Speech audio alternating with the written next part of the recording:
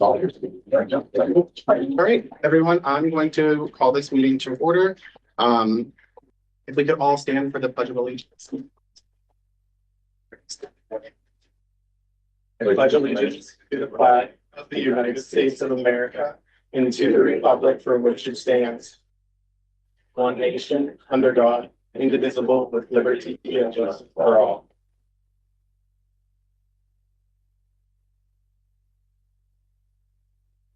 We could note that the meeting started at 7:05. So, sorry, just before you begin, yes, this is a study session, so historically the superintendent leads those. yes. Has something changed? So the board policy is pretty specific, as well as the school code, that the president shall preside at all board meetings. So to be more in line with actually operationalizing our policies to make sure that we're following them, that is why I'm now leading it versus that. Okay. Okay. And you we didn't can have any knowledge of that prior? We do not, but we can, if you would like to propose an amendment or a revision to our board policy, you're more than welcome to do so. But at this point, No, just a heads up that something was changing that was kind of significant, like significantly different, at least from the past, I don't know, 10 years that I've done. no, absolutely. Yeah. And like I said, it's just a part of the school code. And I'm happy to send that to you after, okay?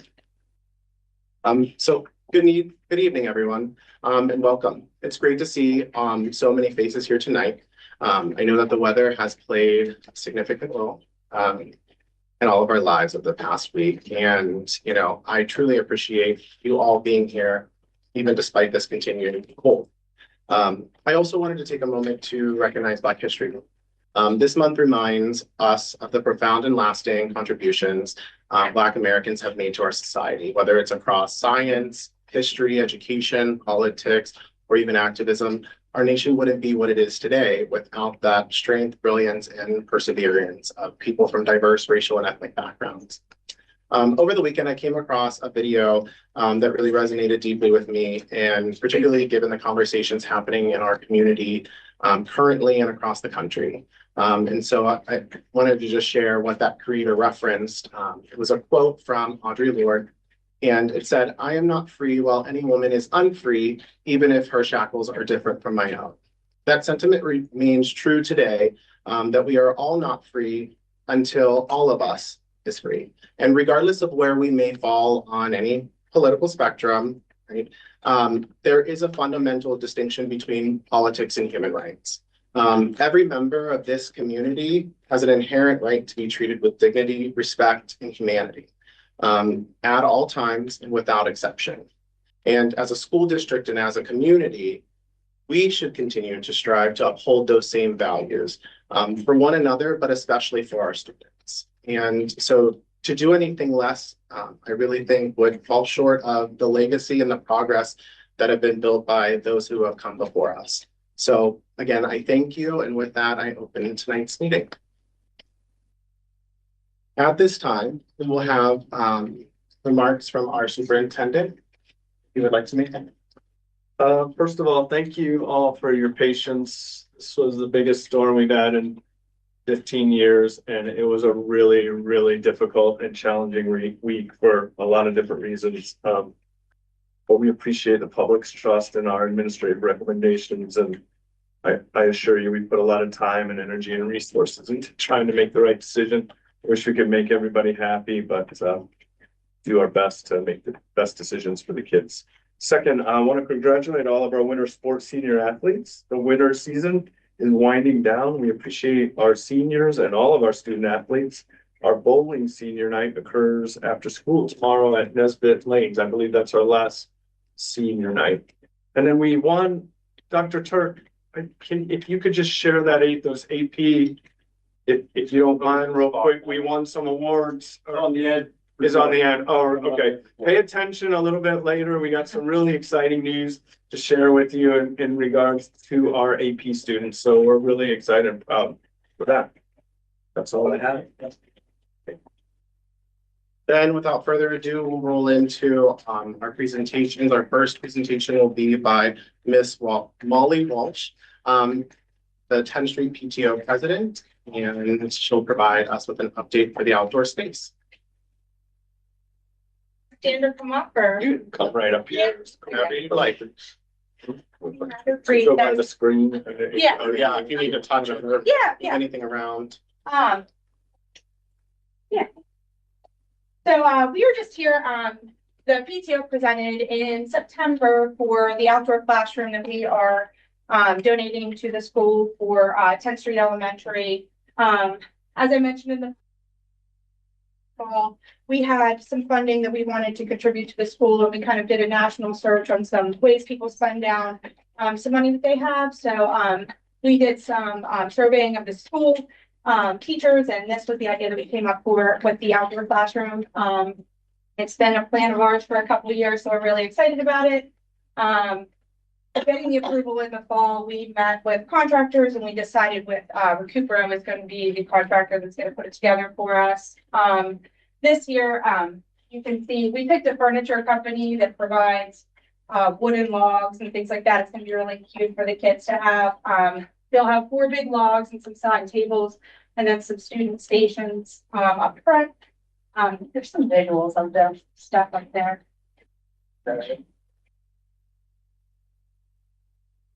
Yep, that's what the logs look like. Right there, that'll be in the back. We'll have a nice chalkboard outside, the teacher's workstation, and then there's logs that the students can sit on and write on while they're having class outside. We surveyed the teachers for the furniture selection as well, and they all liked what we had put together for it as well. So it told us ways that they would use it. So we're gonna have it fenced in, and we're gonna have a lot of greenery that with bushes that'll stay throughout the year, as well as things that'll grow in, make the space look really nice throughout the year. We're gonna have a fence around it with a gate for kids to go into it. But yeah, we just kind of wanted to share where we landed in terms of our contractor and things along those lines. So yeah, not missing anything. We are also planning a mature tree. We had that in our budget after doing some fundraising behind the 10th Street sign to provide some shade for the kids as well. The tree that's to the left of the first grade brick sidewalk, that'll be staying as well and provide shade on that side, as well as the one behind the 10th Street sign. So yeah, it's going to be a really nice space. We're excited about it. In terms of timing, we're kind of weather dependent, obviously, but we're slated for spring break, the 28th through the 4th, for the contractor to get started. Should be a relatively quick project. Them doing it during that time won't disturb the students or anything. So, and then we hope to have it up and running by May. If all works out weather-wise, we don't get another snowstorm. So yeah, but we're really excited about it. The teachers seem excited. We talked about it with the kids. We're kind of planning something, a little celebration whenever it opens, to kind of celebrate the space being open and the kids being able to use it. So yeah. Sure. You have a question Yes. or request? I know that you said you're gonna put a tree in. I have some trees that we're going to replant because we did Okay. cut down some trees. So if you want, we can work together in the business office so we can get similar sizes. Yeah, that'd be wonderful. Because Duquesne Light took the big one down on the corner without our authority. Yeah. And then we did have someone come in, an arborist come in and took down the other trees because of, they had blight. So what we weren't taking down trees that were alive and well, we were taking down trees Yeah. that were slowly gonna die or were dying. So Yeah. we can work together to get those trees maybe at the same time, because Recupero will probably. Yeah. address as well. Oh, that'd be amazing. Thank you. Yeah. Just a request. Thanks. Sure. I also just wanted to ask, all this looks really great and I love it. And most of the plantings are native. There were a couple that are not native, so I can pass along to Neil, like the suggestion. Yeah. Native plants that are similar Mhm. or the same, just a different species. Sure. Because, I agree that native is better. Yeah. We also talked to the contractor, sorry, about deer repellent type of, we don't want to plant them and then have the deer get them. Yeah. So, yeah, we've talked a lot about what we're gonna And put we're in. not set on anything, it's just whatever we want, it's not evergreens, because obviously the big beautiful stuff is gonna be when the kids aren't. Right. Yeah, so we wanna make sure that we have some evergreens and, Yeah, We'll keep them absolutely. for then, yeah. Yeah, so I'll send this to. Yeah, that would be, that's where we are, like, we would make sure. Yeah, no, I know you guys do. Thank you. That's wondering, is the wood like weatherized or can you put like return material at the top of that chalk, on the chalkboard, so. Yeah, so, this company, we've been talking to them for a while. It's all, weatherized. They put a nice bracket on it and it's sealed. Tina's our furniture expert on the board here. But it's lacquered and sealed, so it should, they say it'll last for up to 15 years, right, Tina? 'Cause it's all sustainable wood. It's made from actual trees, so, and we're also keeping, for that, to that end, we're keeping money in the PTO budget that we'll contribute to annually, so, we'll just have money in there to replace things when needed. So it'll be all in the PTO. We're really excited about it, though. Any other questions? Thank you guys so much. Yeah, thank you.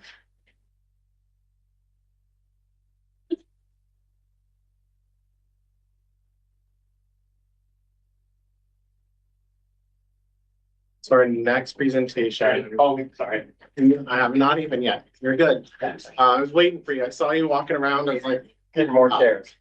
So our next presentation will be by our principal, Mr. Hewitt. He'll give part 2 of the program studies for 2025 through 2026. Okay, so do you guys want me to, you have a copy of this? You want me to read through it line by line or just give you the gist? That's probably, Yeah. Are the edits on? I just speak to the others.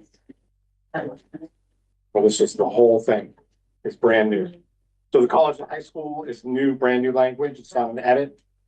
So as we talked about the last time, college and high school will offer our students the ability to earn college credit while they're taking courses. And the courses we identified are AP courses to start. We'd like to expand the program as we move forward. We wanted to start with the AP courses. That's what the teachers are most comfortable with. This is new for them as well. So the partner we chose after looking at the options from just about every of the local universities around here that offered it was to start with Seton Hill. This would not be our only partner, but this would be our first partner. Depending on what the class is, the different colleges offer different opportunities depending on what classes they offer. Seton Hill was the easiest to work with so far. They gave us their eligibility, so it's mainly for juniors and seniors, or for high school sophomores who have identified college level ability, like advanced on subject area Keystone exam, consistent A's in subject, or teacher recommendation. The fact that we're starting with the AP classes to begin with, it's mostly juniors and seniors only. Anyway, there's only a couple AP options for sophomores. Enrollment in the natural sciences is reserved for high school juniors and seniors. That's a Seton Hill thing. Good news on that is all of our AP science classes are for juniors and seniors anyway. The student needs to be on track to fulfill graduation requirements by the end of their senior year based upon credits earned and required courses completed. They've demonstrated proficiency in reading, writing, and mathematics as determined by district state assessments. That will be like the Keystones. And they have been verified to take college and high school courses by us here at the school, while Seton Hill does have the final approval, and they need to maintain a 3.0 grade point average and a minimum of a C in each college and high school dual credit course in which they are enrolled. Now, all of that being said, once again, since we're starting with the AP classes, a lot of that is almost like a moot point. The classes that we're going to offer are labeled here. That will be AP English 11 and 12, AP US History, AP Psych. They're still reviewing the AP World History to see what it lines up to in their catalog. So they told me that it's probably, but they have to review it. AP Stats, now there are 2 non-AP courses because the teacher, Mr. Capsambelis, asked if we could offer these ones, Pre-Calculus and Honors Calc. Then we've got AP Calc, AP Bio, AP Chemistry, AP Physics, AP Computer Science 2, and AP Art. Questions there? All right. The other update will be our Cyber Academy attendance updates. A lot of this came out of the new updates that came from the state that applied directly to cyber charter schools, and they recommending that schools that have a cyber program adopt these as well, which is something we needed, because while we have more and more students every year taking cyber classes, our biggest I call it a problem. Our biggest challenge with it is attendance, right? Kids logging in, doing what they need to do. Now, the kids that are here in school only taking 1 or 2 classes, that's easy, but our full-time students, which I feel like we add full-time student here and there every year, we have 7 this year, they're a little bit harder to keep track of because they're not in the building. So we added these things in the hopes of keeping them on track a little bit more. So the edits are highlighted. Eligibility of students to get into the program is based on the following, and this is actually right out of the teacher contract in terms of when we added this cyber program. Lack of availability of a core course, a match with career focus and or special interest, teacher recommendation, credit recovery, or full-time enrollment in the Riverview Cyber Academy. Consideration is given to upperclassmen first.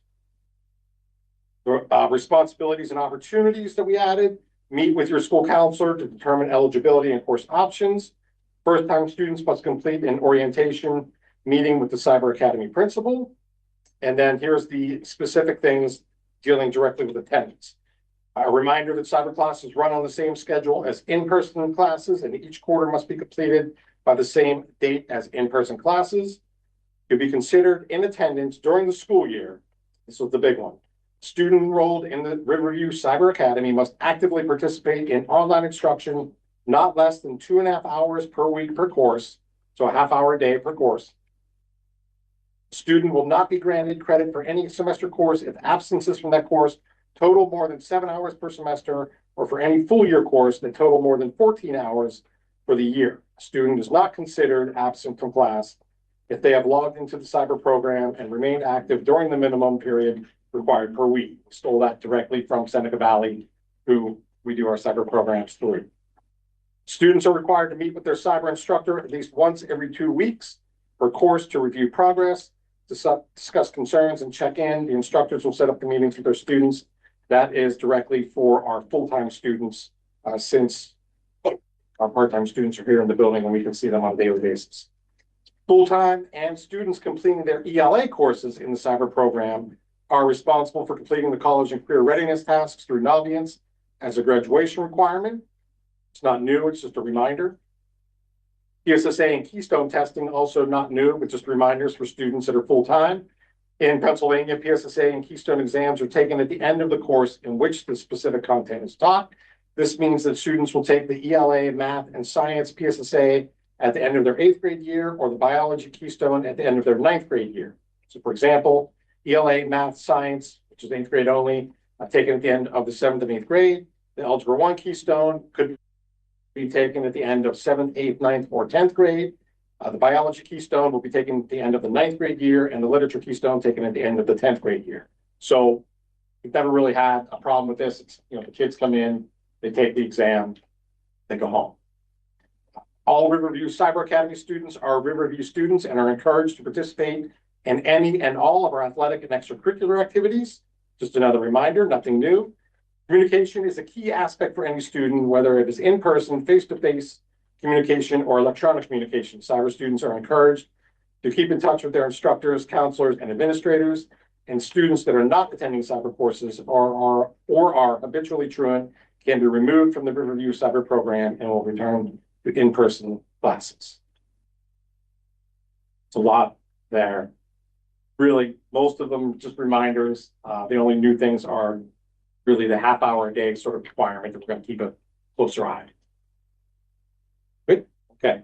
The work release internship updates, I don't have any because we're still working on that. The last time I mentioned that we needed one of our teachers needs a certificate to be able to offer credit for work release. We were hoping, we were sort of working with Avonworth, they're doing the same thing. They thought they found a nice short course for us. We did not find a nice short course for us. So we're still working on that, the certification part, to have one of our teachers, preferably one of our counselors, be able to offer credit for work release. So we're still working on that. That's it for those updates. I do have one more thing that's not. It's a request that I have. I want to get it on your radar before we get too far into budget season. Mrs. Hustleton will be retiring at the end of this year. She's one of our unicorns. Meaning she's a social studies and business teacher. She's been a business teacher here before the state created the computer science certification. So she was grandfathered in. So she's our computer science teacher. She's our only computer science teacher, as well as teaching our economics classes. My fear and concern is that we're not going to be able to find somebody that has a computer science and social studies certification. Computer science certification alone is extremely hard to find. Districts struggle to hire these teachers. So I'm requesting that we are able to hire 2 teachers to replace her, a full-time social studies teacher and a full-time computer science teacher. Just to go a little bit more into that. What she currently teaches on a day-to-day basis is she teaches the 2 economic sections, which is a graduation requirement. Computer Science 1, we have 2 AP computer science courses, but they alternate. So one year she'll teach Computer Science 2, another year she'll teach Computer Science Principles, both AP classes. She teaches an 8th grade STEM programming course and our yearbook course and club. So in terms of other classes that are comp sci type programming courses, Mr. Garrison, our tech ed teacher, teaches Robotics 1, and he does it out of the goodness of his heart. It's really not in his wheelhouse. He's self-taught. He's doing a great job, but it's really not his thing. This year, we weren't able to offer advanced robotics at all. Dr. McNally, who retired last year, our gifted teacher, taught that. The good news was no one requested it, so we sort of dodged the bullet there, but we're currently not able to offer advanced robotics at all. In addition, our social studies department currently only has 4 full-time teachers for 6 grade levels, compared to 7 in ELA, 6 science, and 6 math teachers. That means nobody else could pick up the 2 econ classes if we weren't able to find another unicorn.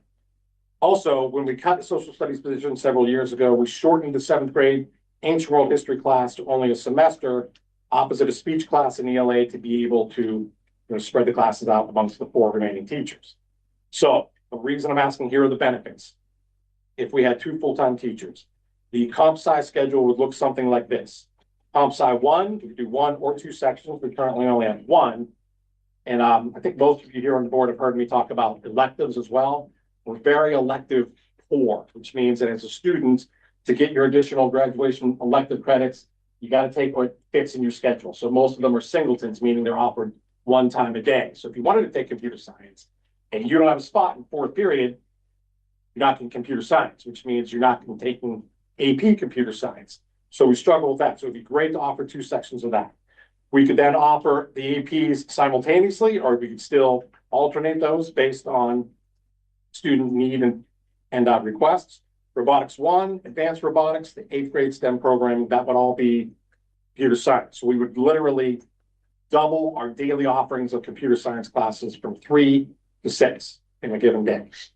Or if we only ran 1 section of comp sci, this is sort of like my dream, we're both APs at the same time, we could create an AI programming course, which is something many other schools are starting to offer now. And I'd love to get sort of on board with that sooner rather than later. The social studies schedule would include both econ sections, yearbook, 2 sections of modern world history, and an open elective period, which gives us another elective we can run, another social studies elective. Other benefits would be the 7th grade ancient world would go back to a full year course. And by doing that, we would open up 2 sections in the English schedule to run 2 more ELA electives and an additional section for tech ed. If Mr. Garris no longer had the robotics 1 in his schedule, we could do another tech ed elective for him. And the ability to offer advanced robotics again. The overall elective course would increase by 7 high school electives over this year and double the number of comp sci programming electives offered in any given year. I'll send this to you guys as well, sort of like the details in that, but that's sort of like my request that I wanted to get in front of everyone before we get too far. Okay. Any questions, or do you want me to just go right into the ed committee report? I do have a question though. Yes. When did we know about Dina retired? Well, it's not official yet. She hasn't handed in her letter, but it's the word. Okay. So I guess, when did we know the word? Is what I'm asking. It's a rumor until we actually have the letter in our hand. So Rumor, not this year, just this year or before this year? that's hard to say. the reason that I ask is not to put you on the spot, but to say, and to reiterate to all of the rest of the board members here that, again, when we were discussing Dr. Turk's position, and again, nothing to you, nothing to anyone else, but when we were discussing that position and we discussed what other positions this district may need being the key operative word here, right? We know that we needed 2 additional teachers. So One additional, sorry, yes, but we need 2 teachers total to replace 1, right? We knew that there was a need, and especially a financial need. And so that's the kind of like thought process that I am trying to encourage also on the board and also with our administration when bringing those requests, right? Yeah, that's sort of what triggered me. Right. Involved. And so I think that's what I mean though, is had we known that prior to voting in Dr. Turk's position, would that have changed anyone's mind? I don't know, but I think that definitely would have offered up a different perspective and a different conversation, especially in regards to budgeting, especially in regards to having to raise taxes to implement that new teacher that we absolutely know is a deficit. We know that we're going to have to replace that teacher. So I think that that's just my only Everyone's takeaway there. gonna eventually retire. I mean, we know that. Yes, but we don't know that everyone is going to cost the district an additional teacher because If they're we do retired. that, if we do that. Just Idea. making a request. It's Well, not the request. I mean, his point is that the idea that we would find someone that could teach both of those subjects is very limited. Sure. That's his point. And so the alternative would be, Point yeah. taken. Yeah, the alternative would be not having one or the other. It's either not having that additional social studies teacher, so then that burden then goes on the rest of the social studies department to pick up that slack, which, you know, Mr. Hewitt already said that there's only 4 social studies teachers in the department, or it goes to the computer programming piece of things where we don't have someone who can adequately teach that and is certified to teach that, and then we fall behind in a technology sense. Right? Because we know that AI is coming, we know that technology is progressing to the point where we're not teaching students how to type like we were when I was back in grade school, right? We're now teaching them about AI, computer programming, and computer literacy, not just, so we've evolved. So it's either one or the other if we don't come up with the money in the budget. And my overall piece of it is that those are the aspects that we need to know when we're making huge financial decisions, such as hiring or putting in a new place or a new position for the district. That's not cost neutral to begin with. This isn't official yet. Sure. And also at any given moment, somebody can hand in their retirement or resignation, so. Right? If it's not Yep. official though, why did he request it? But he's proposing, he's trying to just be proactive to say, if this is going to officially happen, here's what I'd love to occur if possible. So I'm just saying it, Absolutely. like, that's just putting it out there. It's not like, Yeah. yeah, I mean, and it's not to say that we're like, oh, sure, yeah, we'll do that. Like, you know, there's could be other solutions, you know, we don't know, like. Not here yet, I guess, to decide. I think it would be helpful if the administration prepared some sort of succession plan, because if there's other teachers like this, that it may take 2 people to replace. If it happens in 3 or 5 years. Well, yeah, but at least we Yes, can, me, we yeah. need to have a plan for that and understand it. And the education. Like Koopa Stack, he's gonna be retiring, in, what, 5 years or something? He does like He's younger than me. 20 things. Mr. Hewitt, are there any in that scenario? We're going to run into problems in terms of certification. Probably. No, I think business ed, social studies and English, that's all they teach. So the rest are 1-for-1, Science, looking forward. possibility, I don't know when that one's gonna happen. So in the next 2 years, the possibilities are all single department. This is something that was probably bound to occur eventually to say, okay, we're probably not gonna find a computer science / social studies teacher. I mean, maybe, but Yeah, we may. yeah, Right, but we it's may. not like. But I'm just going back to the piece to have the big conversation of what other positions do we need. That would have been helpful to know. That's what we pulled together, sort of succession planning, understanding what's gonna happen in the next 3 to 5 years. It can help better inform our decisions. Any other questions from Mr. Hewitt regarding the program studies update or the request? Now we'll move into the mid-year education update. Roll. Okay. Bert? All right, this one's a lot much shorter. Bear with me. So the third 9 weeks just started back on January 21st. Mid-year grades for seniors will be sent to colleges this week. So when kids apply to colleges, seniors, they want like a mid-year transcript. For us, that's our report card. Those will be ready to go out. School counselors are wrapping up their time in the classrooms, starting the scheduling for the 26-27 school year. Our classroom observations are over halfway completed. The college fair was canceled last week during the storm, and no word on a new date. We don't know if they're going to reschedule that or not. We hope that they do. We take our entire junior class to that, and it's a great experience for them. So we're waiting to hear if they're going to reschedule that. Our third administration of iReady will be in the spring before the PSSA Keystone testing to help identify any gaps that may need addressed before the end of the year. And what Dr. English mentioned earlier was we just found this out today.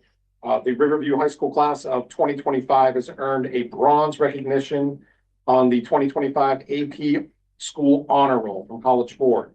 There's 3 criteria that they use to judge this: the percent of students that took at least one AP exam at any time during high school, and they only count 1. So if you took 5, they only count 1 for that. The second criteria is the percent of students that scored a 3 or higher on an AP exam. Once again, they only count 1. So even if you got 4 or 5s, they only count you 1 time, which is a bummer for us because, get higher than a 3 and to get higher than a 3 on more than one of them. And the percent of students that took at least 5 AP exams in their high school career. So we're very excited about that one. We've never earned that honor before.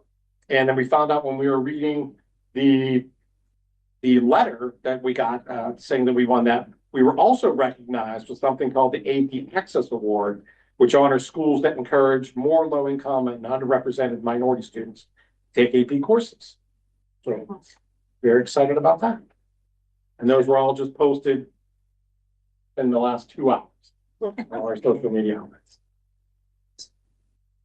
Amazing. Yeah. Thank you. All right. Thank you. Thank you to our students. Yeah, For taking those classes. yeah, Seriously. great job. Any other updates? Good. Sorry. Yep, you're good. Yeah. Dr. Z, Dr. Monroe, either one of you, whoever would like. We're a package deal. Then both of you together is fine too.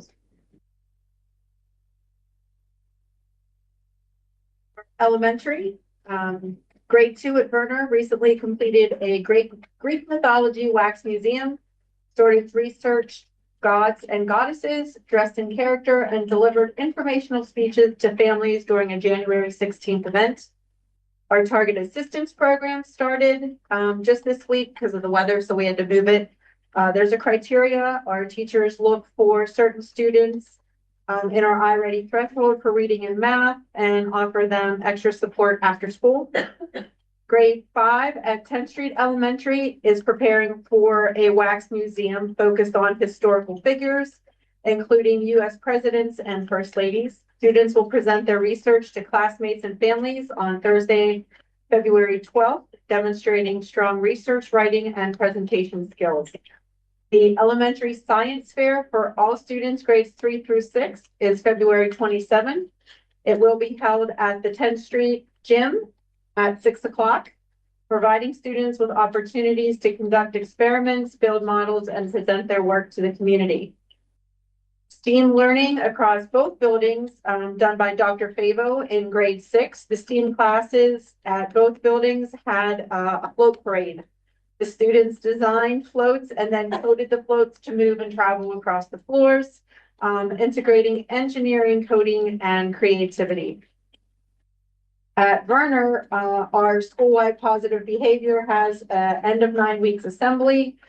This year, we wanted to put a little more emphasis on academics. So students in grades 3 through 6 can earn honor roll and high honor roll. We had 20 students get honor roll 16 students earned high honor roll, and we had 15 students grades K through 6 who had perfect attendance. And Werner, perfect is perfect. No tardies, no leaving early. There all day, every day. We both continue to recognize academic growth and effort with assemblies, PBIS, these little celebrations, and the classroom-based recognition. Werner's open house and art show is Thursday, February 12th from 6 to 7:30. All right. I'm going to talk to you a little bit about the kids' academic growth on iReady.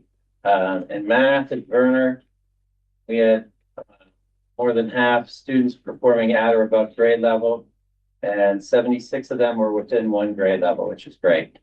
And it was strong performance across kindergarten through 6. 10th Street, of the 407 kids, 265 of our kids are performing at or above grade level, which is phenomenal. We're seeing growth across all the grades, kindergarten through 6th grade, and we saw really strong results in kindergarten through 2nd and 4th through 6th. We met with the iReady rep, I guess that was about 2 weeks ago. Our scores are really unique. They actually want us to go and travel with iReady, and I said they would have to give us that program for free, but they did not.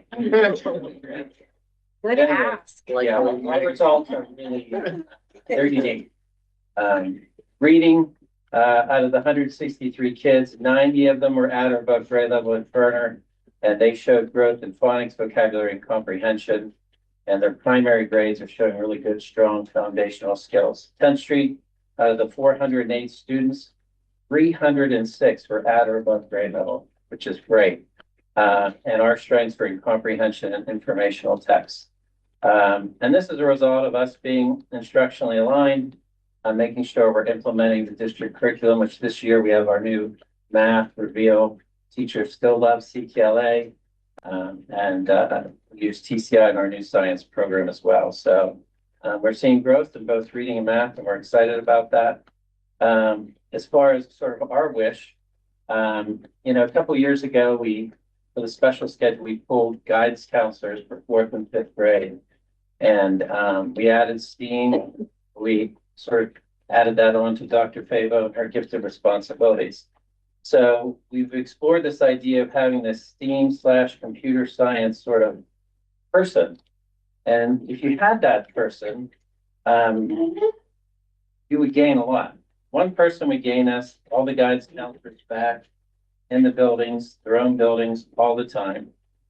You would gain, this is Madden here at the high school, which right now she's only here that day. And then, you talked about typing. Our kids don't know how to type. And they really do need to know how to type. So you can incorporate that skill as well as perhaps Microsoft certification and those sorts of things. But anyway, it's a wish. And just wanted to say that we've been kicking around that idea quite a bit. Trying to solve a lot of problems with one position. Like that. That's it. Thank you. Thank you. Our final piece to discuss under presentations is the school delays and closings, board discussion and authority. Dr. English, I don't know if you wanted to start or not. This was a request from the board, so I just have like sort of an overview of what we do, and then if I just want to ask questions if we can. I've broken it into a couple parts. First, the goal. The goal is to get as much in-person instruction as possible, because we know that has the strongest educational outcome for the students. During inclement weather, we carefully review all the available information to make the most informed decision possible, provide the best educational experience we can under the given constraints and circumstances. The data we look at for weather-related issues, and it's the whole team of us. I think last week, a whole team of administrators met every morning. We compiled data from these sources to try to, put our heads together and make the best decision. First, National Weather Service and local forecasts across video, television, and digital sources. police and overnight police reports, bus company reports and route checks, road crews and borough managers, neighboring district superintendents and their local sources, and direct operational input from the district administration and staff. Last week, I talked about it a little earlier this evening. We had a pretty unique event. We had one of the largest snow events we've had in 15 years, as well as extremely cold morning temperatures. So our team met daily. We reviewed the conditions. On Thursday, we called a delayed opening because the forecast showed wind chill values improving above the typical cold weather advisory thresholds. At the delayed start time, temperatures and wind chills were within an acceptable operating range. In addition, we required the bus company manager to personally run the routes and added extra buses so students are not wait outside for extended periods of time. While we offered flexibility for excuse absences, attendance was consistent with a typical school day. So all the kids came. Feedback was mixed, but largely supportive. Families noted the value of returning to in-person learning after several virtual days, including student interaction, access to meals, and a reliable, warm, caring, and supportive environment. Staff reported that the in-person attendance helped students reset and prepare for the remote instruction that followed once again on Friday. So the summary is, in all weather-related situations, we make decisions through a structured team based on verified reports, and the decisions aren't taken lightly. While not every family will agree with every decision, our community does continue to show a high level of trust and support for our administrative decisions as supported on our annual surveys. The administration appreciates the continued confidence in the community and the confidence of the board to support the administrative team and the staff when these difficult and very, very stressful decisions might be required. Any questions or comments or discussion regarding inclement weather? I know there's a lot to consider, and I know you have a lot of discussions and research, and you look into so many things before making a call, and I just appreciate all that work. Yeah, and echo the same. I think, while it's never easy to make the right call and not everybody's gonna be pleased with every decision, I think we did our best, and maybe even more than some other districts were able to pull off last week in some cases. So thanks for that. I think it went as smoothly as could be for a once in a decade situation. Thank the teams back there as well. That was really helpful. Also, certainly the staff and reporting what students need. Thank you all very much. It's a tough week, stressful week. Any other discussion or questions or? Thanks for your patience, everyone.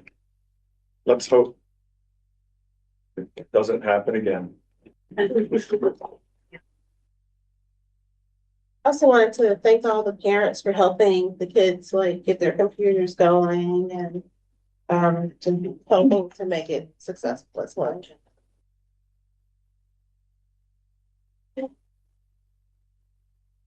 Any other comments, questions, concerns? Okay. All right, moving into the first hearing of citizens. At each board or at each open board meeting, prior to any official action being taken by the board, an opportunity is provided to the public to comment in accordance with the law and board policies and procedures. As such, we move into the first hearing of citizens, which is designated for agenda topics only. If you would like to speak, I would ask that you please sign in over there and come up before us, state your name and address, and keep your comments to 3 minutes or less. Please keep in mind that the board does not typically respond to public comment, but rather takes the hearing into consideration for future governance. Also, please realize that all comments and meetings are being recorded. Is there anyone who would like to come up for the first citizens hearing? Please step right on up. My name's Christy Bodnar, and I just wanted to comment on the agenda item proposed for both the high school and the elementary schools about the importance of digital literacy. It's actually something that I attended and brought up at one of the breakfasts with the superintendent. Just about, I have children in 11th, 9th, and 5th grade. And one of the points I mentioned was that we don't teach our children typing, and that is their form of communication. So it's really important that they become proficient in it. I'm also a technology professional and approaching 30 years in the industry. And that digital communication definitely is something I think we could see be addressed. And I'm just so glad to hear that the administration is looking to incorporate that. So that the board does too. Thank you. Thank you. Anyone else?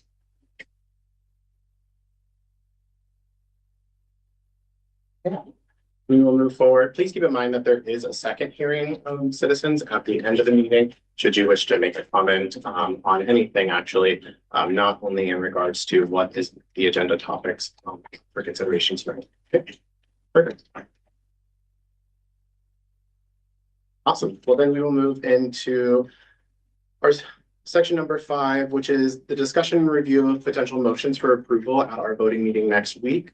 The first item is listed as item A, business and finance. This will be presented by our Director of Finance and Operations, Sheila Luber. For the board's consideration, I have item number 1, which is there are 3 invoices for draw collective invoices for capital improvements. These billings incorporated the rebid of the cafeteria and then the design of the cafeteria windows at Verner and 10th Street Capitol, which was no change. And additionally, the preliminary high school design. So you'll see 3 invoices that reflect, I believe, October, November, and December.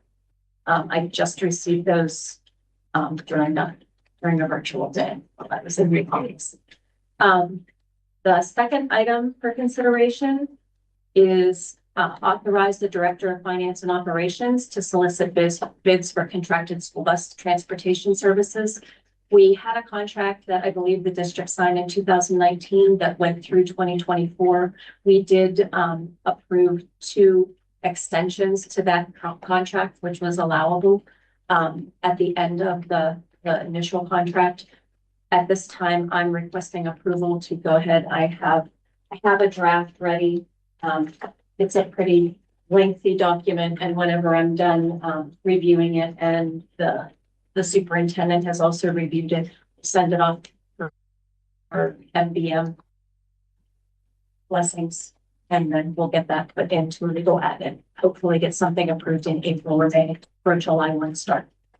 The third item, last item, is to exonerate PA Municipal Service, our school district tax collector, and transfer the unpaid taxes from this current school year MBM collections. This is something we do annually. We exonerate PA Municipal from collecting them, transfer the files, and any checks that are collected after December 31st. They send those to us, send it off to Mrs. Surse at MBM Collections, and they take care of sending out delinquents. That's all I have, sir. Any questions or comments by the board? I know for the draw collective, if it's possible to get them to reissue the invoice, but with more detailed descriptions. So I know when I bill my clients, for instance, I have to put, all with client regarding, and then X, Y, and Z, what that was in regards to, or if I'm traveling to and from a location, I say in regards to, motions court or contempt hearing or something along those lines. So if we could have more than architectural designer 2, and then what their rate was and stuff, that would be helpful, just so that if, the community asks us, I actually did reach out to them because I noticed that it Thank wasn't, you. so that's why I had that information. I had it all written down when I talked to Mr. Ingan. I don't know that we have You that. don't have copy. that, but Okay, I was ready for you. It says that. But thank you, I appreciate it. Yeah. Appreciate it a lot. Any other?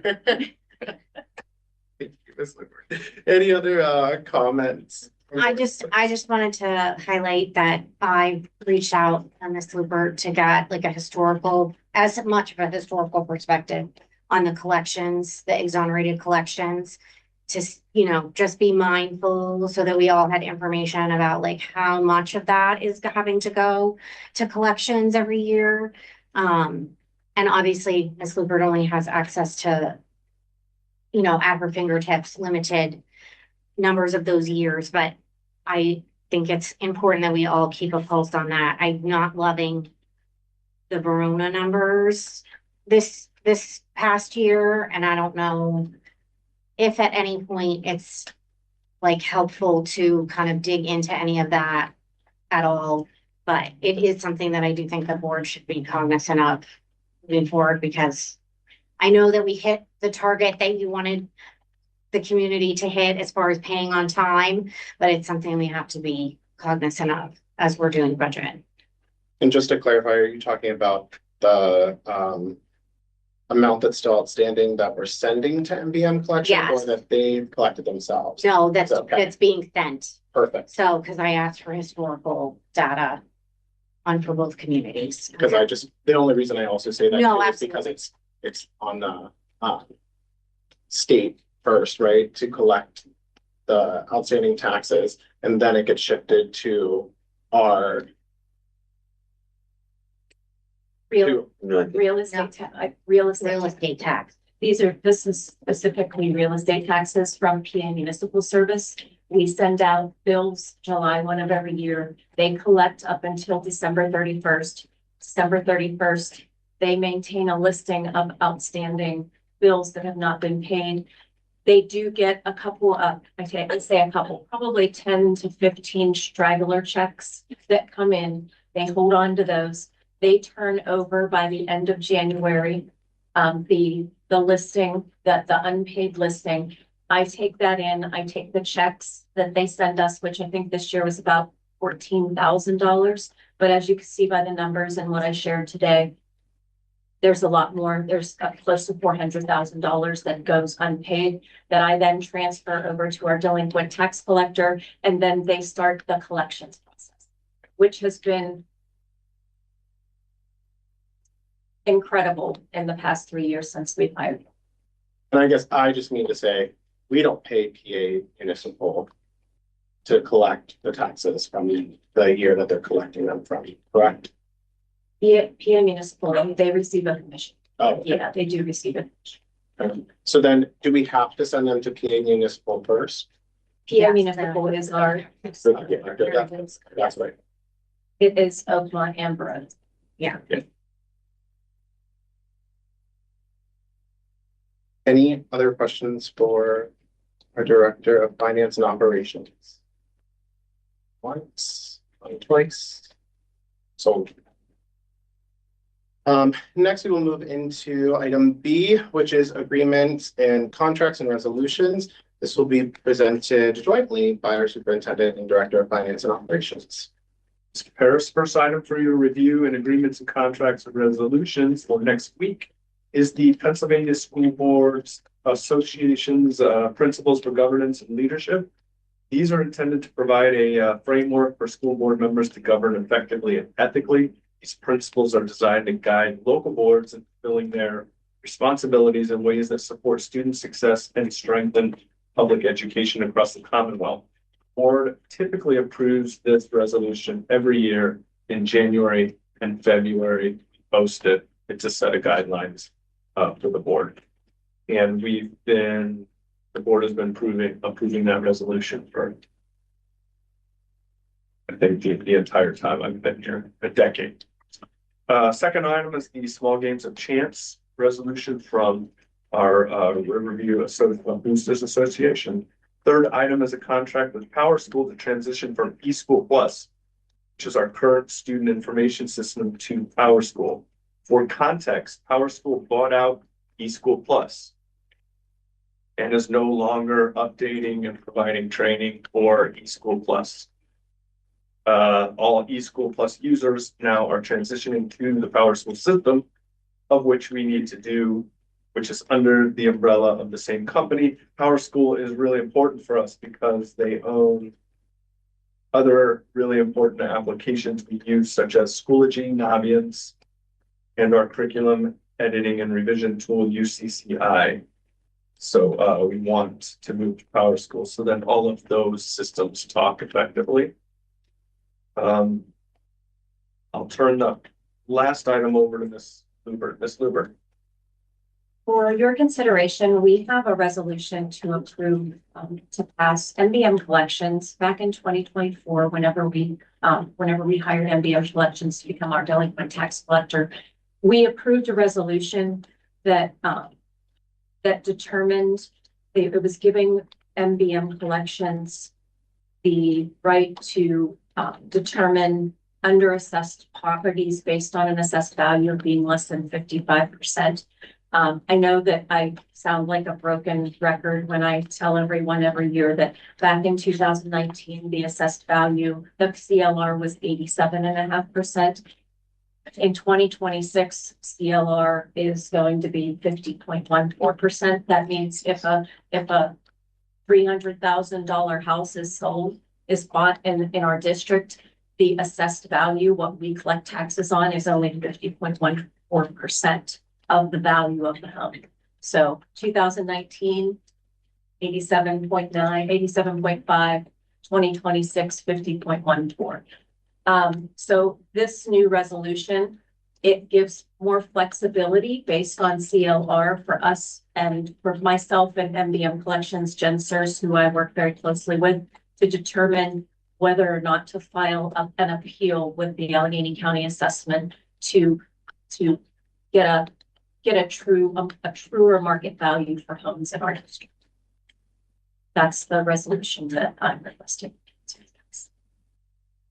Do you have any questions? You don't have any questions? Thanks for that information. The only thing that I have is the PSB Principles of Governance and Leadership Resolution. We actually passed it for the whole 2025-2026 school year on June 16, 2025. That's how I ran for PSBA's Section 3 sectional advisor. Yeah. Yeah, we usually up that usually at the reorg meeting, but I mean, it doesn't hurt to because we have new board members. Oh. So, and what it is when you re-grease it, everyone signs as a board. That's As a board. That's right. that's why Yeah. we I typically do do vaguely it. recall that, because we don't have to find things a lot. Right. Just sign it every time. Otherwise, those people never were part of it. Right. That's fair. That makes sense. Thank you. Any other questions for Ms. Lubert or Dr. English? I had some questions about the PowerSchool item. So switching over to the new software, there's like the data migration process could be done in a number of ways. And I was just wondering, in terms of making sure that everyone's like personal information is secure, would that company be able to do that on a district-owned device? They could possibly use like remote access. And that way nothing is like getting emailed or it's just like more like a risk management option. I think the transition to the new program is all encapsulated with our, sorry, did you want to? It's the same company. So If your question was about security, it's the same exact company. it's the same company. Yeah. Okay. The reason is because eSchool, when PowerSchool bought eSchool, they're no longer providing resources. Mm-hmm. So literally in the entire US, there's one trainer. So when we've hit roadblocks, it will take potential months to get support. One trainer. Well, and eventually they're not gonna have any support. That's how, I'm sorry. eventually they won't have any support. Exactly. Like, and they won't do any program updates at all. And that's Yeah, why that's they, inevitable. that's why they swallowed up Yeah, the program, they're very similar, but yeah, our tech team is responsible for that. It's all in the same. Mhm. It's already there. okay. We So, just need to move to the new interface, Mhm. basically. so what I'm saying is like when the data is being migrated to the new system, then all of that's going to be secured on a district-owned device. So the information won't like leave the building, so I'm asking. Start right, that's the same system. Okay. Only be really in the hands of our tech team who are our people. The data's not here to Mhm. begin with, it's on their servers. Okay. So it's internal migration The internet. within the company I see. predominantly. Okay. Anything else? Good question. And then if I could just make a request to separate out the PSBA principles piece. So that I can abstain from voting on it.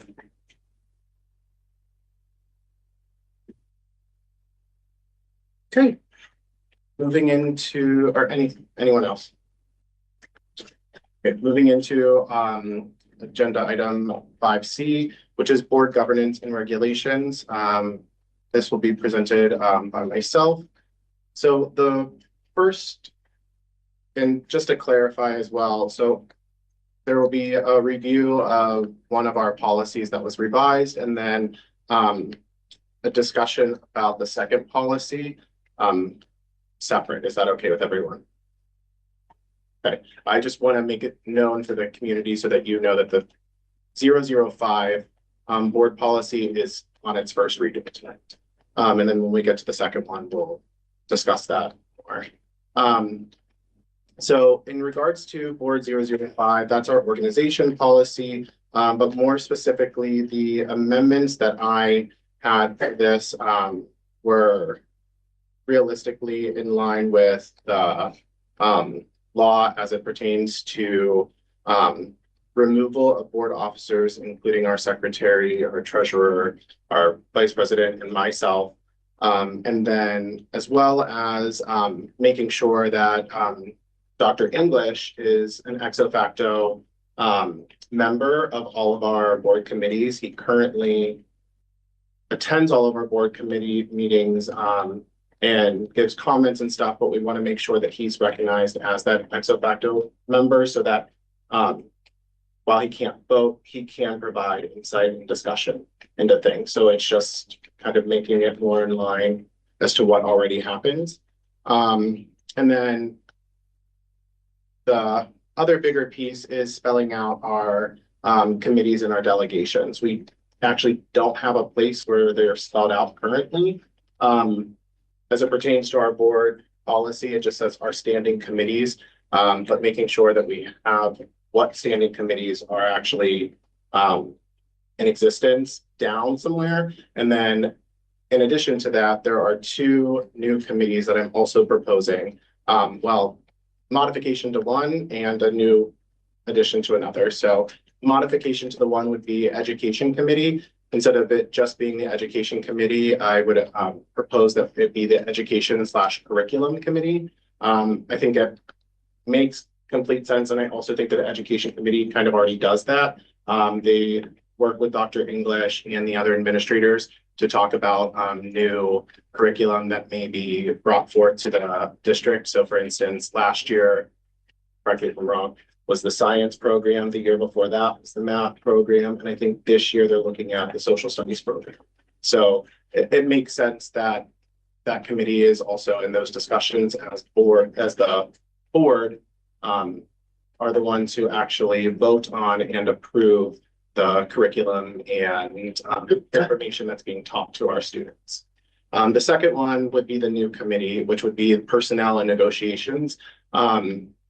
Every few years we have our contracts that are up for review. So unfortunately too, when the next time that Dr. English's contract will be up, we will also have REA's contract as well as budget season happening all at once. And I know that that one was a lot for previous finance committees, but two, it would be helpful to also hear in a personnel sense of what does the district need, right? We just were talking about that and talking about, you know, actually drafting up a plan or a succession plan as to what those deficits may look like in the coming years.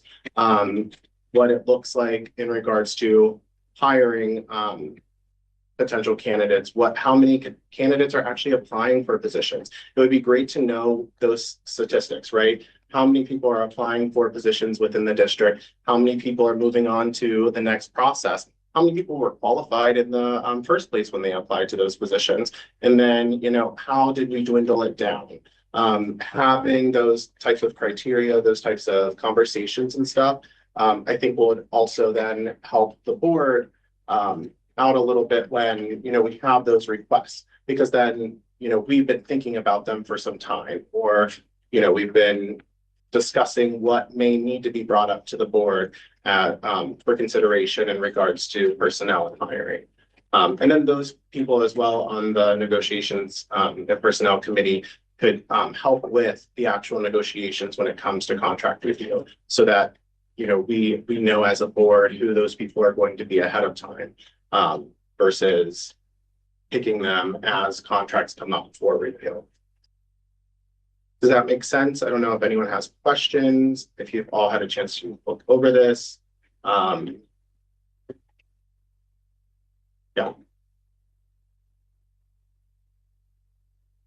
Any questions? Sounds to me. Yeah. We'll have an opportunity to look at this and add any other comments. Absolutely. And so, yeah, to that point, it's the first reading. So if people want to add in additional revisions, remove things, that's what our readings are realistically for. Now, I think as a board, we've tried to say, you know, once we get to that second and third reading, we're really looking to have those opportunities for the community to comment rather than make revisions ourselves. But, you know, we can make revisions at any time. The only thing that affects it is if there are substantive changes. So instead of adding an and, we put in, you know, 12 different new committees, well, then that's a substantive change that then would require us to revert back to the first reading. And so we have to have those 3 readings in order to pass it. Most of the times there are caveats. So with that being said, yes, everyone has an opportunity to review and or provide input and insight throughout the process. So the next 3 months, plenty of opportunity. Might make sense to try to like delineate what each of these committees or delegations include and are supposed to be covering, just because some of these things have been handled by different entities. Like you mentioned, there's some things that like finance committee typically is involved in negotiations, but now if you're saying negotiations is a personnel thing, that's a different committee. Maybe just, it could be a line or 2, you know, like under each one, just sort of say what these cover or don't cover, you know what I mean? Yeah. Because there's some crossover here on, you know, what do you mean by just general education versus curriculum, you know, that type of thing. Like there's more specificity needed, I think, maybe just as we're adding more. Yep. So that it's not unclear if somebody says, oh, I want to volunteer for the, you know, personnel negotiations committee. Okay, so what does that mean? You know, like what am I gonna be doing? Well, and it may make sense that like we have one person from finance committee included in that committee. Yep. That way that covers that representation. It wouldn't have to be everyone, but if one person would like to do it. Right. Would like to assist in that area as an expert in that. And to that point too, that was also my theory.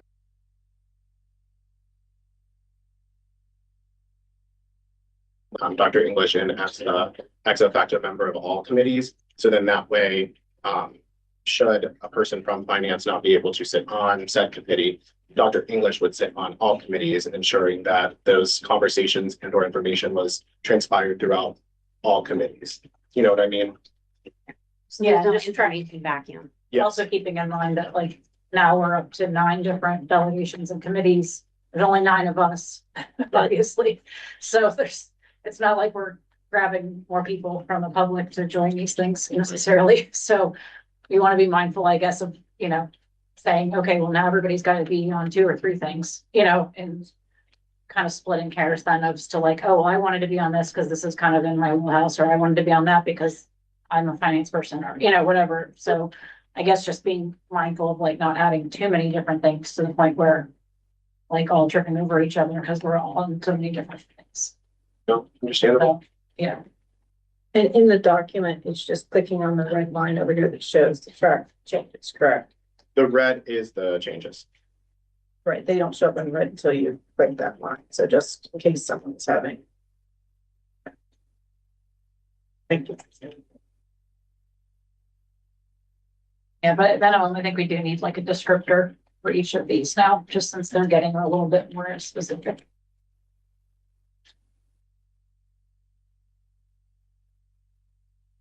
Any other comments?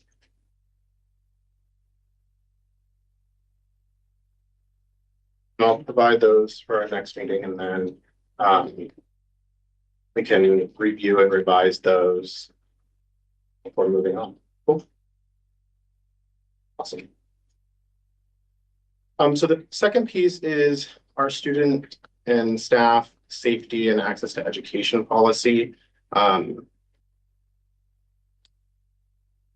This policy was created by myself after looking into a lot of the resources that have been put out by PSBA. For those who don't know, I'm an elected officer on the Pennsylvania School Board Association, in conjunction with also the Pennsylvania Department of Education, our solicitor's office, who have also put out statements in regards to this.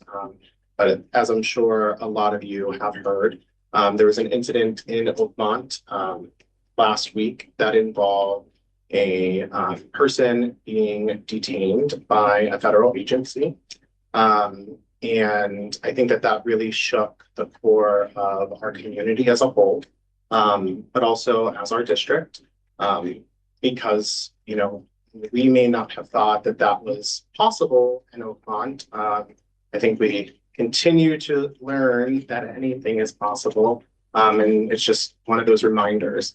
But in saying all of that, the worry and fear, I know I had as just a person in general, removing titles and everything like that. But then even putting on those titles, is what does that mean for our student safety? What does that mean for our administration and what they may need to do day in and day out? And also, what does that mean for our staff, the families of our staff and students, right? And so taking all of that into consideration, it was my idea to develop this policy more or less to kind of provide guidelines to our administration as to what should happen if law enforcement officials were coming to the school asking to, you know, speak with a particular student or to even talk with a staff member. I don't know that the board has fully taken into account that it could also be a staff member that this pertains to. It doesn't need to just be a student.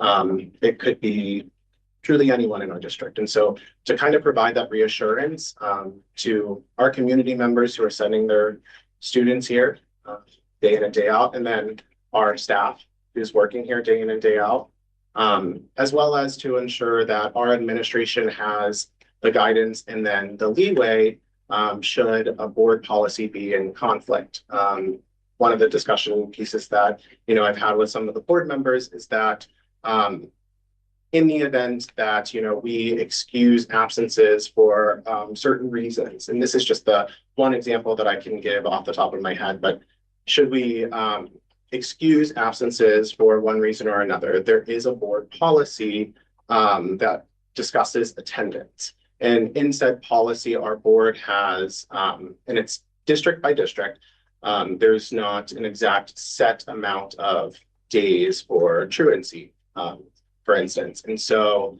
even with excused absences, and our board policy states that after 10 excused absences, said procedures should follow the truancy procedures as outlined in our policy. And so in an instance where a family or what have you may not feel safe or comfortable leaving their home, let alone sending their student to school. We want to make sure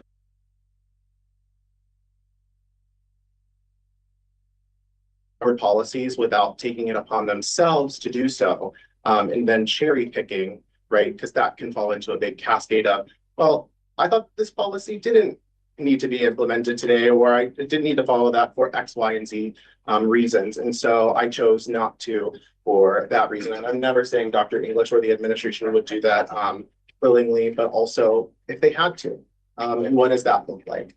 And so it's more or less setting a policy for our district, for our administrators, students, staff, family members as a whole, to know that, you know, we're asking the district and the administration to kind of put in steps and procedures that they already have in place, but this kind of gives that backup and reassurance. And then it also focuses, like I said, on the resolution or potential conflict resolution for other board policies, as well as information about, you know, non-retaliation, FERPA, things that we're already doing, we're already mandated to do, just in one location. With that being said, or discussion. This first question I have is, and this is kind of, I guess, probably towards Falco, is this gonna fall under the law enforcement policies that exist as like an additional policy? Does that make sense? Yes, the existing law enforcement policy that the district has focuses on the school code requirement for the MOU with your local police departments. Doesn't really delve too greatly into these types of issues under this draft. So it might make better sense to keep that the way it is than to have this be a standalone. Okay. And so with that being said, I would propose that this is put under 805.2. 800 is our operations section, and 805 is our law enforcement agency section. So I think that based on that conversation, it makes sense to make this 805.2. Is there other board comments?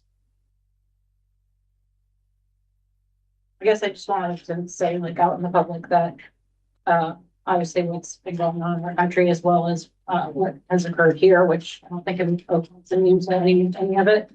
I don't think that, you know, this necessarily, as Antonio said, doesn't necessarily change how we will react to a situation, but it gives more backup for our admin team and teachers and staff, at least to have that, you know, fall back on to say, well, this is what we were following, you know, because obviously we've received guidance a year ago when a lot of this stuff started from our solicitor's office of how do you deal with this if, you know, ICE is on your property, you know, that kind of thing. So it's not that there's not guidelines out there already. This mimics that in some way, but those guidelines aren't policy. Policy is different. So that's the reason for this. But at the same time, I don't know that it changes how we would react per se. I mean, I think we would have done probably the same as what we had, you know, provide the family with support or, you know, whatever the situation may be. But I guess it doesn't hurt to have additional policy around it, just in the off chance that it gets further along or it gets more, you know, more intense or more serious. We're not in public comment yet, sir. Yeah, I would like to say, like, this says, like, for the creation, for the superintendent to consult with the district solicitor, developing a step-by-step procedure for responding to immigration enforcement activity. So I know, like, as a parent, I would have more peace of mind knowing that the school has a plan, the teachers are on board with the plan, and like they know like what to do. We were talking earlier, like it could be something like having it, you know, if you have your list, you know, it could be similar to muscle memory. And that way, when there's an emergency that comes up, that individual doesn't freeze. They know that you have a plan and this is what I'm going to do. And we all want to make sure that we're keeping our students safe, right? and that, you know, our school is following some national best practices while, making sure that we're not in violation or in conflict of any of our like insurance policies as well. So I just wanted to make that a little bit clear. We're making sure that everyone is more prepared for when a situation does arise.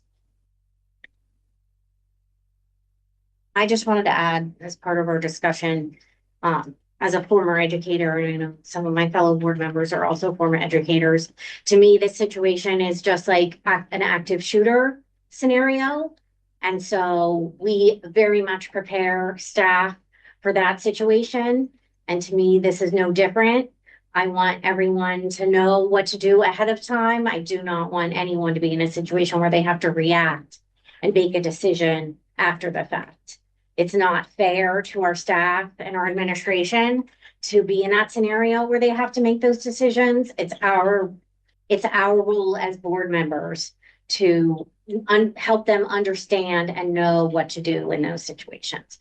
So it's incumbent upon us to do and provide for them because we're responsible for anything that they might experience while they're at work. I just want to assure the public, we have very, very detailed plans, training for our administration. All the staff are on board with very detailed steps in terms of situations like these. But the policy will make sure that there's some backing for that. I don't want anyone to think we have like really detailed plans. Yeah. Yeah. It is, that's important. Newly written, but. Right, our solicitor said it kind of best that, you know, this took or this compiled a lot of the resources that have already been, you know, provided to us. So his office's guidance and guidelines, PSVAs, the states, stuff like that. It's just, again, putting it all in one place, designating the superintendent or someone else as that point of contact, things like that, that kind of, again, give the district their marching orders, and then they carry out that policy. Other questions, comments, or concerns? There were some edits that we discussed. Yes. That'll be made for next week's voting meeting then? Yes. About like just the detail around the agencies? Yes. Because we kind of have some listed, but some not. So kind of might as well list them all, I guess, right? We were going to take out the rest that were not specific to Oakmont or police departments. And just talk about federal agencies as a whole? As that correct. Okay. And CYS. And CYS. Yeah. Any other questions, comments, or concerns? Yes. So next, moving into 5D is personnel, which will be presented by Dr. English. Thank you, Mr. Harris. The following personnel items are on the agenda for your approval for next week. We have a change in status from temporary to permanent for one of our custodians, a paraprofessional retirement, resignations of our varsity head football coach, our junior high football coach, and our varsity assistant track and field coach. We'll also be asking for your approval of our junior high girls volleyball coaches, as well as the junior high volunteer baseball. We also have our usual transportation drivers and precision hires.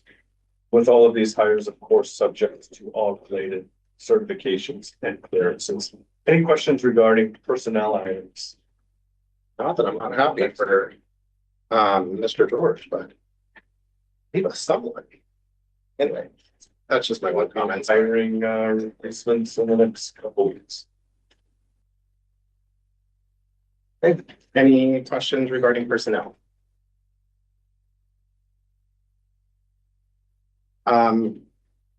There's nothing for student life. There is one thing for 5F under education. Dr. English, would you like to present that? I would like to turn it over to Ms. Schutz to provide a Forbes Road. The update is that Forbes Road has a, sorry, Ms. Schutz, Forbes Road has a a water main break. They're having a lot of difficulty over at Forbes Road. Our Forbes Road students are currently with us all day. And they're taking virtual courses during their study halls, and then they take their Riverview courses. We haven't been provided an endpoint to when they're going to fix those items. They're currently working to get that obviously addressed as soon as possible. But for now and in the short near future, that's the situation at Forbes Road. That's my only update for education. Any questions for Dr. English regarding the Forbes Road CTC update?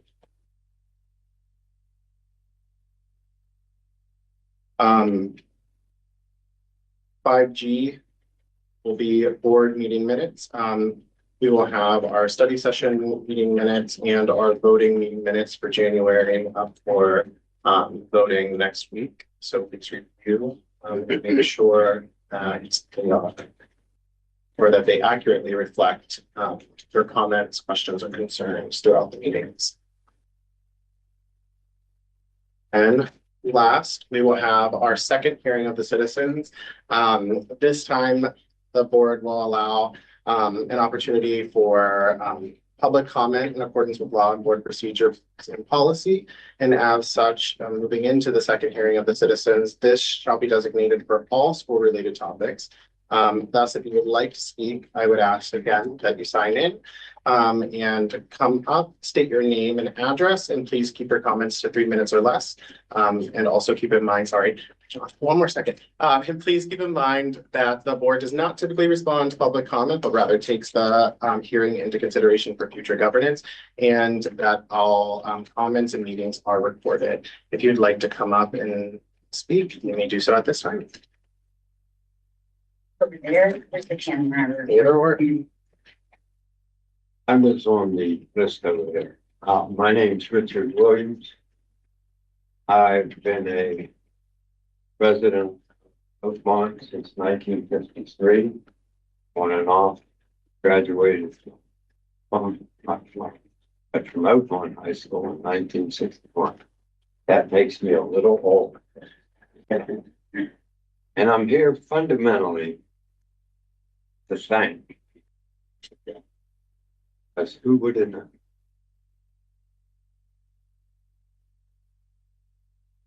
First of all, I've gathered a lot of information, personally, as much as I could, from the incident that happened. And I just say off the top of my head, who would have known? Added, I taught in a local school district for 35 years, social studies. One of my best student teachers happened to be Ken Kupisek. Is a great teacher here. We do National History Day. We'll be in this room very soon. First of all, I'd like to thank the following groups. The Riverview School District. I'd like to thank the REA. The letter that I got and downloaded, which showed me preparation, which I never expected. The teachers of Riverview, the elementary, they were reported on here. Happy to hear that they're integrating a lot of good social studies ideas. Compassion. Administration, dealing with is difficult. I always said in my time in 35 years, I taught in the golden age of education. My students didn't have one. I didn't have to teach them code, but I've kept my fingers in 6 school districts. Social studies. Particularly the school board, to deal with this kind of difficulty. Thank you. By the way, I'm proud of being resident of Oakland. Because the GoFundMe page is now over $60,000. That woman and her job. Leave you with this. I love these social stuff. You all know that we're in 250th anniversary of this country. You know that the Oakmont Library is 125 years old. It was one of Carnegie's first. And a great historian just. Yeah. So you're at 3 minutes, so we have to wrap it up. We have a long night ahead of us. You can have my 3 minutes. I know, my. John, you can finish your statement. Thank you. I just was asking you to wrap it up because we have a lot to cover You tonight. have to do that, and I know I go long, but I'll summarize. I won't read the second one, but the first one. This is the 250th anniversary of the American Revolution. And one of the greatest pamphleteers of that time period was a man that I loved, Thomas Paine. He said the following: lead, follow, or get out of the way. I never knew he said that, but he did say this. These are the times prime young soldiers. Yes, it is. Summer soldier and the sunshine patriot will shrink from the service of their country. But he that stands it now deserves the love and thanks of the men and women. His last statement done them. The world is my country. All mankind are my brothers. And to do good is my religion. Thank you. Thank you.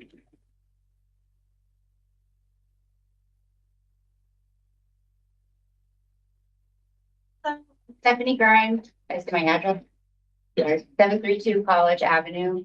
I was just wanted to mention some thanks and appreciation for the conversations that were being had today in preparation to the safety policies that were brought up. Our community, for many of us, it was all of us live here, we all know what this last week has been like. And to be able to know that the elected officials here, right, our school board members are meeting the moment that you are elected to meet, right, for many of us. And so I'm really thankful to hear those conversations, and I hope moving forward as those things move forward. Dr. English, you finish every communication that we get out there as parents to the district with maybe we continue to be happy, peaceful, and safe. And to see that not just be words and you guys working towards that is something that I just want to make sure that gets encouraged. And I know sometimes it might get hard and maybe even sometimes scary. And I'm just thankful that you all are brave enough to meet the moment. So thank you. Yeah.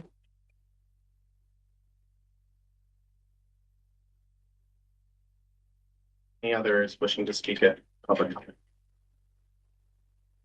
Hi, my name is Jamie Leonardi. My address is 815 Pennsylvania Avenue. I just wanted to echo Steph and thanking you, especially President Harris, for really putting forward the motion commitment to student safety. I will say that I was disappointed in light of Thursday's events that no statement was issued by the school administration. There was no affirmation of the responsibility that we have toward keeping both students and staff safe. The ACLU Pennsylvania recommends that school districts can and should reaffirm their commitment to serving as a welcoming environment for all students, regardless of immigration status, clarify their policies related to information sharing with law enforcement agencies such as ICE, and develop clear procedures to follow in the event of immigration enforcement actions on or near school property, which take into account students' constitutional rights. I'm glad to see that it seems like there was some movement toward coalescing toward these formalized policies and procedures and perhaps be in every classroom. I know I've heard from dozens of very concerned community members. I talked to parents crying on the phone. There is a real sense of fear and concern about protecting our students and staff. So absolutely both adopting these policies and publicizing that commitment to students' rights and student safety would be very valuable. I thank you. Thank you. And saying thank you too, I do want to make it known that our administration was going off the wishes of the family to not make this more public, not put them more into the spotlight. It is a sensitive time. I can speak to this, unfortunately, myself in this community. Being a victim of something serious in this community is overwhelming in both negative and positive ways. And respecting those wishes, whatever they may be, I think is tantamount to whatever steps and or actions you take thereafter. And while the administration, not to speak on your behalf, Dr. English, but while I know that the administration does not take lightly these actions, and they also, are adamantly against them, I also know that they are adamantly working behind the scenes tirelessly with this family, and to respect their wishes, to not make a statement, I think was the right thing to do. Although I do understand comments from the community because I have them myself. But when getting that kind of clarity, I think it does change things a little bit. So I just wanted to make sure I provided that for everyone. Also, from a communication standpoint, this was not an event that occurred on our property. So you have to remember that if it was something that occurred in someone's driveway at their home, that's not for us to speak about what happened in their driveway. So that I would disagree with. That's why I think board comments don't usually respond to public comments. Okay, well, you already did, so I figured I'd chime in. So, just saying, as the communications person, let's say the delegate, I would say that it wasn't necessarily in our place to speak on behalf of something that didn't happen on our property. That's all. And I would just urge the communications delegate to think about the comments and rhetoric that they're putting out, and because while I understand what you're saying and where you're coming from, I also think that there are issues that transcend beyond your driveway. There are issues that transcend beyond just it not happening here. Of course. Because it doesn't mean it can't happen here. And so to be naive to think that to say that just because it didn't happen here, we shouldn't make a comment or we shouldn't do something, I don't necessarily agree with. Are there any other community members that would like to speak? Right. Absolutely. Bob Geiselhart, 719 Allegheny River Boulevard. I don't have kids in this district. So it's irrelevant whether this situation took place on school grounds or not. I'm here because we want to make this a better community, a better school district. Sometimes, there's times I shouldn't say things. This would have been a great moment for you not to say anything. And just sit there and just be glad the meeting was over. So thinking forward to next meetings, think before you speak. Cover this tomorrow night at the borough. We made it.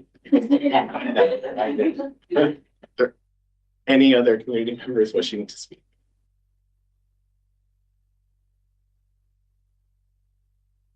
If none, I will ask for a motion to adjourn our study session and then move into our interviews for our board candidates. Do I have a motion? Like that. Siri. Is there a second? I'll second. Thank you. Administration, thank you all for being here so much. You guys are excused. Perfect. At this time, we will move into our interview portion of our meeting for the new perspective and potential board candidates. Going through this, some members, this is new to them, some it is not. However, the procedures will be the same for all of us and all of the candidates this evening. So let me just get those out of the way really quick. There are 9 candidates here this evening. We have 7 questions that are the same for each candidate. We will ask the candidates to step up one by one in alphabetical order. You will be asked all 7 questions by the board. We will start with Mr. Smales, and we will work our way down through the questions. Once we get to the 7th question, the next board member will take on the first question for the next candidate. you will, as a candidate, have 3 minutes to respond to each question. After 3 minutes are up, while we may allow leeway in public comments, we will have to be a little bit more strict and stringent with that, with those 3 minute responses, given the amount of candidates that are actually running this evening, and again, 7 questions for each. However, please feel free to send the board comments or things like that after the fact. Are there any questions from those who are board candidates this evening? Yes, Ms. Sullivan. Yes, if you, why don't we take, yes, like a 3 minute break really quick. It's 8:44. Let's get back here around 8:47, 8:48. Okay.